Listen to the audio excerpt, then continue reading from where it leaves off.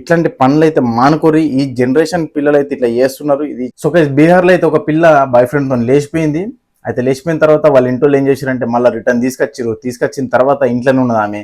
ఈమెకి ఇప్పుడు boy friend తోని కాంటాక్ట్ కావాలా, ఈమె దగ్గర ఫోన్ లేదు. ఇంట్లో అడిగింది, ఇంట్లో కొనిద్దాము అంటే మేము చిన్న ఫోన్ ఏం అడగలేదు, ఐఫోన్ 16 Pro Max అడిగింది. ఈ ఫోన్ ఏం పోయి 1,00,000 ఉంటుంది. ఇది ఇంటెల్ ఏం పోయి ఒక రోజు పనిచేస్తే పూటెళ్ళే పరిస్థితి. ఇట్లా వీళ్ళు ఫోన్ కొనిస్తలేరని చెప్పేసి పిల్ల ఏం చేసింది, చేయి కట్ చేసేసుకున్నది. ఇక వీళ్ళ ఇంటోళ్ళు హాస్పిటల్కి తీసుకపోయి ట్రీట్మెంట్ ఇప్పిస్తారు. ఇట్లా సీరియస్ తీసుకొని లైఫ్స్ రిస్క్ లో పెట్టుకోకూరి.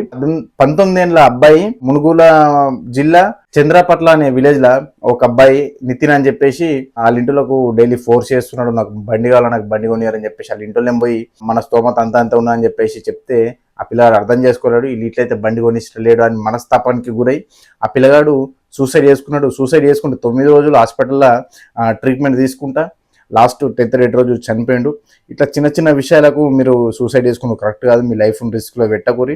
మనల్ని కొనియలేదు అని అంటే మనం కష్టపడి మనం కొనుక్కుందాం, మనం సాధించుకుందాం కదా.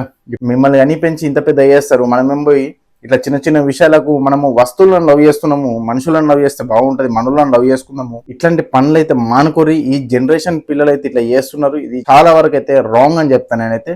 అండ్ ఇంకోటి పాజిటివ్ థింకింగ్ ఉండాలి ఎప్పుడు. Thanks for watching this video.